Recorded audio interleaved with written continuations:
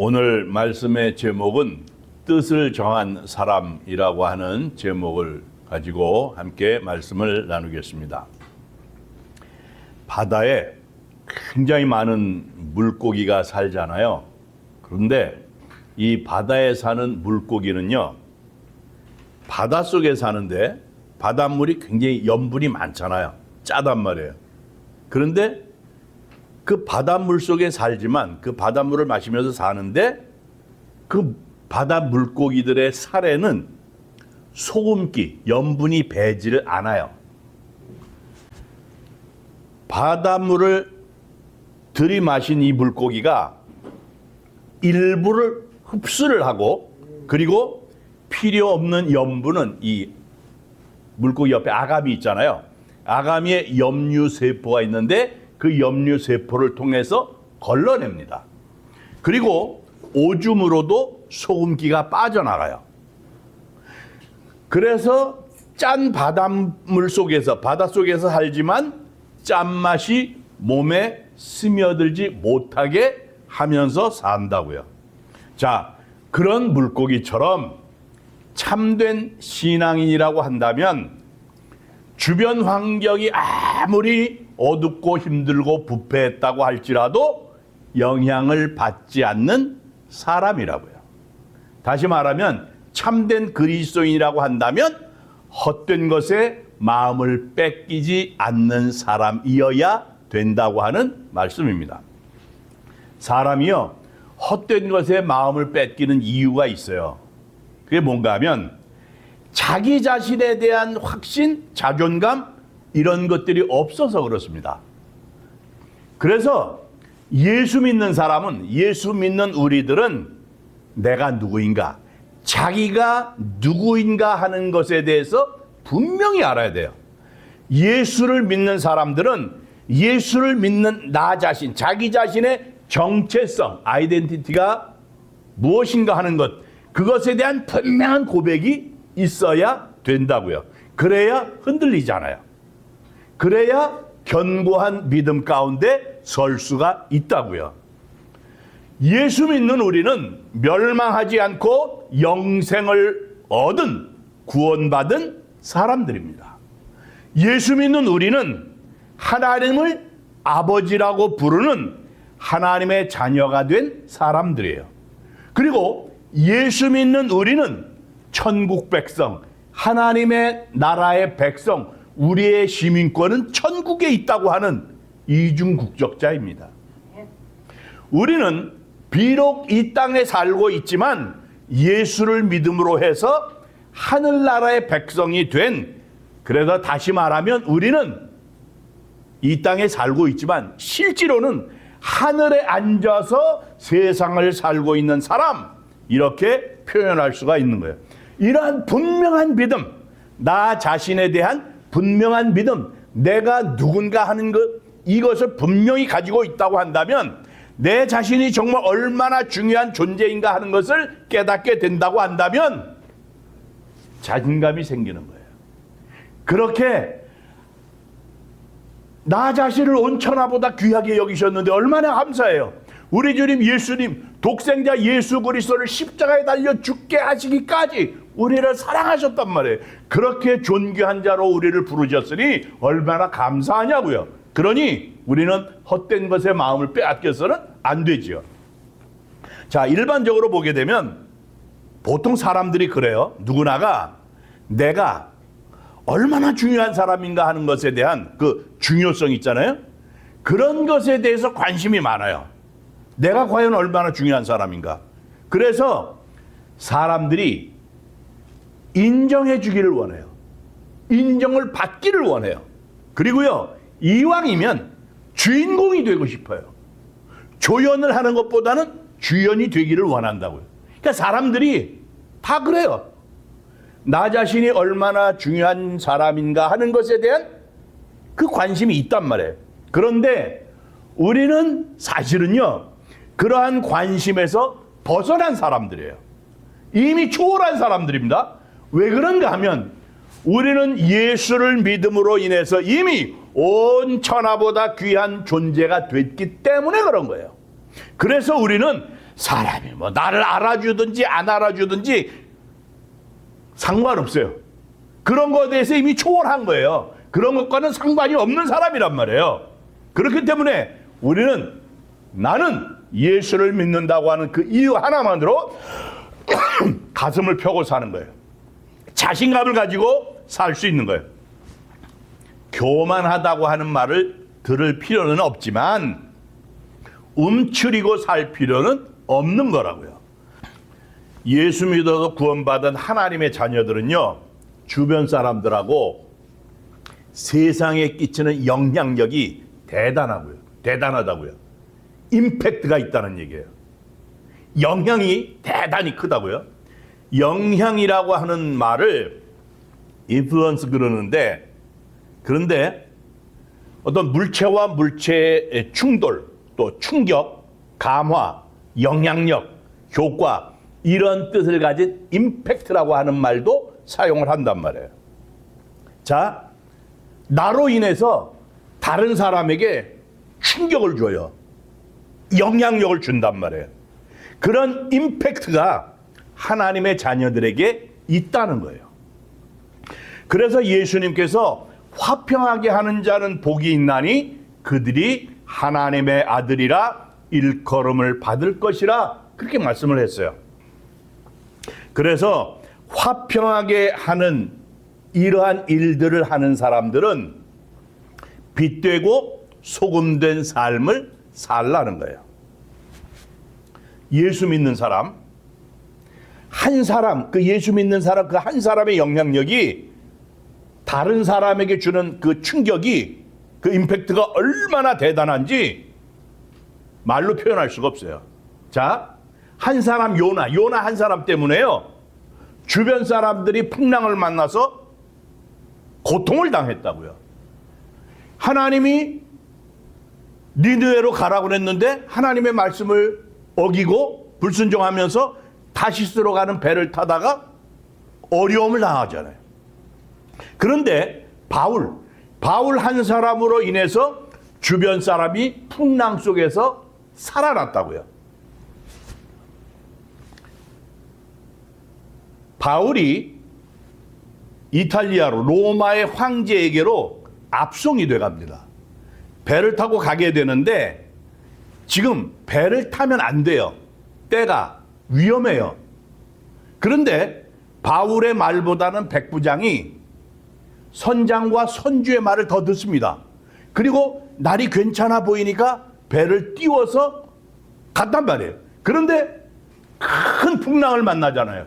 그래가지고 뭐 물건도 뒤집어 던지고 살 수 있는 소망이 거의 없는 지경이 됐어요. 그런데 바울 한 사람으로 인해서 모두 구원받는 놀라운 역사가 일어났단 말이에요. 이게요, 어디서나 마찬가지입니다. 한 사람 때문에요, 평화가 깨지기도 하고 한 사람 때문에 평안이 회복되기도 한다고요. 그래서 과연 나는 어떤 사람인가 생각해 볼 필요가 있는 거예요. 예수 믿는 그 한 사람이 얼마나 중요하고 또 얼마나 큰 영향력을 끼치는 사람인지 모른다고요.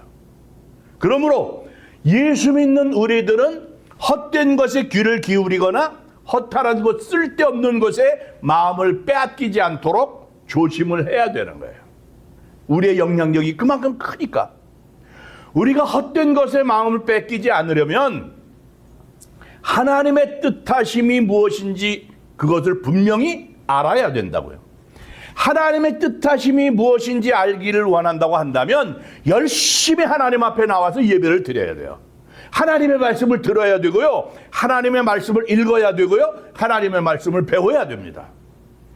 그리고요, 우리가 하나님의 뜻을 알았으면 하나님의 마음에 합하게 살 결심을 해야 되는 거예요. 뜻을 정해야 되는 거예요. 뜻을 정한다는 건 뭔가 하면 마음을 정한다는 거예요. 여러분, 어떤 뜻을 정하셨어요? 어떤 결심을 하셨어요?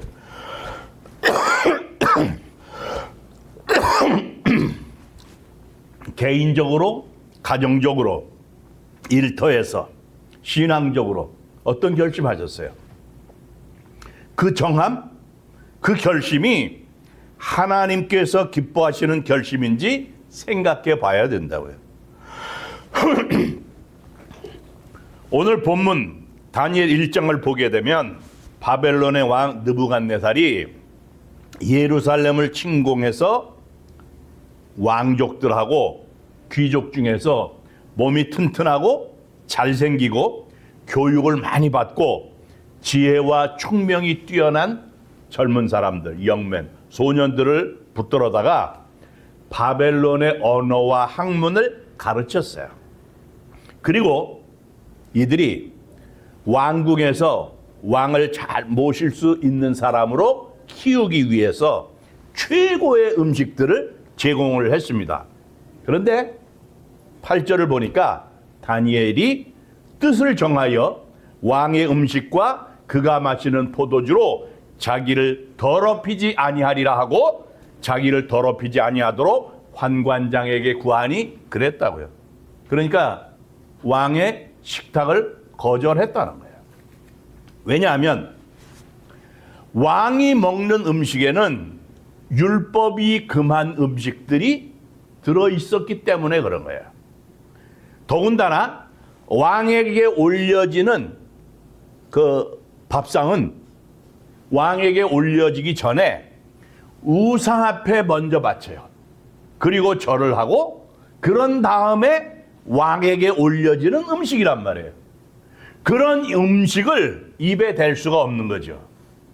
그래서 다니엘하고 친구들이 그러한 부정한 음식을 먹지 않겠다고 하는 결단을 하는 거예요. 그래서 뜻을 분명히 한 거죠. 자, 우리가 세상을 살면서 뜻없이 산다. 이게 참 불행한 거예요. 어떻게 보면 안타까운 거예요. 세상을 따라서 살아가요. 그냥 친구 따라서 되는 대로 사는 것. 이 안타까운 삶이라고요. 그런데 다니엘은 나이가 어렸지만 뜻을 정하고 살았다고요. 하나님의 백성이니까 부정한 것은 비록 왕이 먹는 귀한 음식이라고 할지라도 먹지 않겠다 그런 거예요. 왕처럼 대접받는 일 거절한 거예요. 우상에게 바쳐졌던 것을 통해서 자기 몸을 더럽히지 않겠다고 하는 결심이 있었던 거라고요. 그래서 거절한 거예요. 뜻을 정한 사람, 어떻게 살 것인가 하는 것을 결정한 사람은 평안합니다.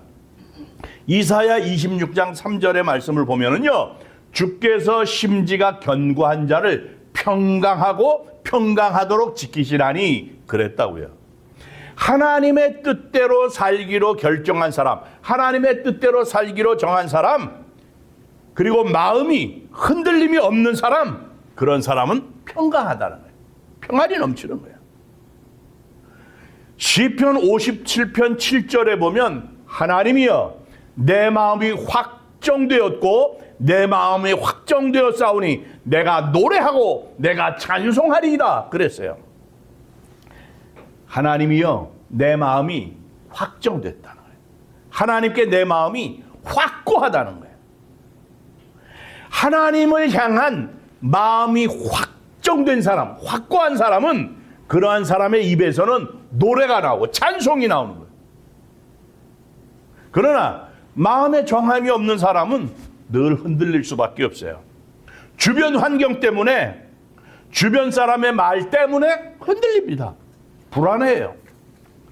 히브리서 12장 2절 말씀에 보면 믿음의 주여 또 온전하게 하시는 이인 예수를 바라보자 그랬다고요. 하나님의 마음에 합한 삶을 살기로 작정하고 주님만 바라보고 살게 되면 흔들리지 않습니다. 불안하지 않아요. 낙심하지 않습니다. 오히려 하나님께서 생각하지도 않은 은혜로 채워주신다고요. 다니엘과 친구들을 보자고요. 하나님께서 다니엘과 그 친구들의 그 정한 마음, 그 정한 그 마음을 하나님께서 기뻐하셨어요. 그래서 그들이 마음을 정한 대로 되도록 은혜를 베풀어 주셨어요. 그리고 지혜까지 주시고 모든 학문에 뛰어나게 하시고 환상과 꿈을 해석하는 특별한 능력까지도 허락해 주셨다고요. 우리도 뜻을 정하고 하나님의 마음에 합한 삶을 살 수 있어야 됩니다. 그래서 하나님께로부터 받은 복을 간증하는 삶이 될 수 있어야 됩니다. 다니엘의 주변에는 하나님이 기뻐하는 삶을 살기 위해 함께 뜻을 정한 친구들이 있었어요. 하나냐, 미사엘, 아사랴, 이 세 사람이에요. 근데 환관장이 하나냐를 사드락, 미사엘을 메삭, 아사랴를 아벤드고라고 바벨론식으로 이름을 지어줬어요. 그런데 이들이요, 죽음의 협박 앞에서도 흔들리지 않았습니다. 이들이 느부갓네살 왕이 들판에다가, 평지에다가 금으로 큰 신상을 만들어서 세웠습니다. 그리고는 이것을 낙성식을 하는 거예요. 그래서 사람들 쫙 불러 모아놓고 낙성식을 쫙 하는데, 금으로 만든 그 우상을 쫙 보여주면서 모든 사람에게 그것에 절하라고 그러는 거예요. 그런데 하나냐, 미사엘, 아사랴, 이들이, 다니엘의 세 친구 이들이 절하지 않잖아요. 절하지 않았다는 이유로 아주 맹렬하게, 극렬하게 타는 풀무불, 용광로에 던져지게 됐단 말이에요. 그런데 이들이 오히려 왕 앞에서 우리가 믿는 하나님께서 우리를 건져주실 것입니다, 큰 소리칩니다. 그러면서 뭐라 하냐면, 그러나 만약 하나님께서 그렇게 하지 아니하실지라도, 죽게 될지라도 왕이 만든 금신상 앞에 절할 수 없습니다. 죽음의 협박 앞에서도 두려워하지 않았다고요. 뜻을 정하고 사니까, 다니엘이 그렇게 뜻을 정하니까요, 그 친구들도 마찬가지로 뜻을 정하면서 사는 거예요. 그러니까 그런 사람 옆에 그런 사람이 있는 거예요. 에? 다니엘 옆에 다니엘과 같은 그러한 사람들이 있는 거예요. 내 주변에 어떤 사람들이 있는가? 유유상종이라고, 술 좋아하는 사람은 술 좋아하는 사람이 들것입니다. 옆에 뭐예요? 도박 좋아하는 사람은 도박하는 사람들이 가까이 와요. 불평하고 원망하고 질투하고 투덜대고 막 비난하고 이런 사람은요, 그런 사람들이 모이게 돼 있어요. 그런데 뜻을 정하게 되잖아요. 하나님께 마음이 확정된 그러한 사람들에게는 그러한 이상한 사람들이 모일 수가 없어요. 그 사람들은 뜻을 정하지 않았기 때문에 이상한 곳에 이상한 사람들이 흔들려서 끌려다니는 거란 얘기예요. 다니엘이 하나님의 마음에 합한 그러한 마음을 정했을 때 하나님이 기뻐하실 일을 함께할 친구가 있었다고요. 힘이 되죠. 그렇게 하나님께서 기뻐하실 만한 일을 우리도 함으로 인해서 우리 주변에 그런 사람들이 많아지시기를 바랍니다. 중요한 건 뭔가면요, 자기 자신이 뜻을 정하고 뜻을 확고히 하고서 결심하게 되면, 하나님께 마음을 확고히 하게 되면 자연스럽게 이상한 사람들이 모이질 않아요. 하나님 기뻐하는 사람들로 내 주변에 가득하게 돼요. 같이 하나님의 말씀을 나누고 싶어하는 사람이 생깁니다. 같이 간증을 하면서 기뻐해요. 오늘 기도했더니 하나님이 우리를 이렇게 축복해 주셨어요. 어휴, 아멘. 얼마나 감사한지요. 주변의 사람들이요, 그렇게 같이 아멘 아멘 하면서 힘이 되고 서로 기도해 줘요. 그렇게 된다고요. 로마서 12장 2절에 보면, 너희는 이 세대를 본받지 말고 오직 마음을 새롭게 함으로 변화를 받아 하나님의 선하시고 기뻐하시고 온전하신 뜻이 무엇인지 분별하도록 하라고 그랬어요. 이 말씀이 뭐예요? 이 말씀은 그거예요. 이 세상을 본받지 말고, 그러니까 세상이 흘러가는 대로 그렇게 살지 말고 마음을 새롭게 해라. 그래서 변화를 받아야 된다. 그래서 하나님의 뜻이 무엇인지 분별하면서 살라고 하는 말씀이라고요. 성경을 보면 수많은 하나님의 선하시고 기뻐하시고 온전하신 뜻이 무엇인가 하는 것을 발견할 수 있단 말이에요. 그 가운데 하나를 얘기하면 데살로니가전서 5장 16절부터 18절까지의 말씀이에요. 항상 기뻐하라. 쉬지 말고 기도하라. 범사에 감사하라. 이는 그리스도 예수 안에서 너희를 향하신 하나님의 뜻이니라. 이렇게 말씀했다고요. 항상 쉬지 말고 범사에 언제나 끊임없이 모든 일에 기뻐하고 기도하고 감사하라는 거예요. 이게 하나님의 뜻이에요. 시간도 초월하는 거고요. 환경도 초월하는 거고요. 상황도 초월하는 거예요. 그렇게 사는 것이 하나님께서 원하시는 거라고요. 그래서 사람들이 어때요? 환경의 지배를 받고 살잖아요. 조건에 얽매여 산다고요. 의존적이에요. 무언가에 종속이 돼 있어요. 그래서 하나님께서 기뻐하시는 것은, 하나님께서 원하시는 것은 항상 기뻐하고 쉬지 말고 기도하고 범사에 감사하는 건데, 사탄이 그렇게 하지 못하게 한단 말이에요. 항상 기뻐할 수 없는 조건을 만들어요, 사탄이. 기도하지 못하게 만들고요. 범사에 감사하지 못하게 만듭니다. 하나님의 뜻은 항상 쉬지 말고 범사인데 사탄이 그렇게 하지 못하게 한단 말이에요. 항상 기뻐하고 쉬지 말고 기도하고 범사에 감사하는 이것이 하나님의 뜻이기 때문에 그 하나님의 뜻을 이룰 수 있어야 되는 거예요.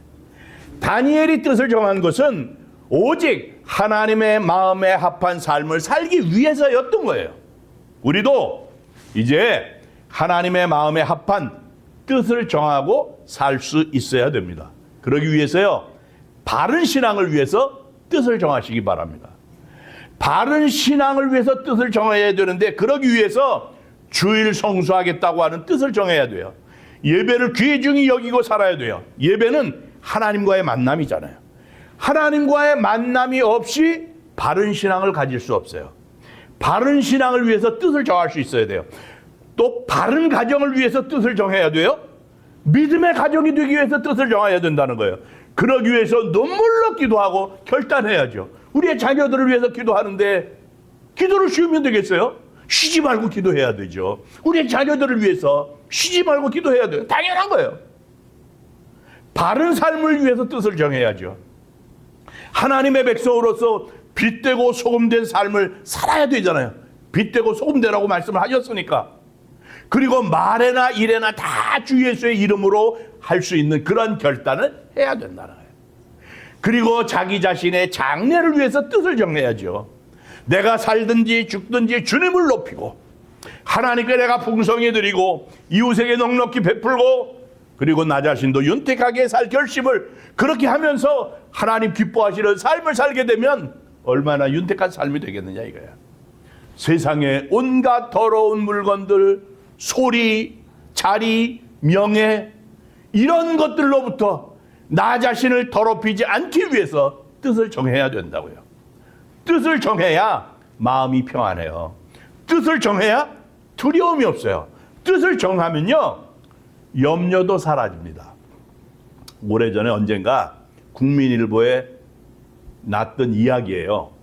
꽤 오래됐는데 어느 청년이 자기가 쥐라고 생각을 하는 거예요. 그 증세가 얼마나 심한지 치료가 안 돼요. 그래서 정신병원에 입원을 했어요.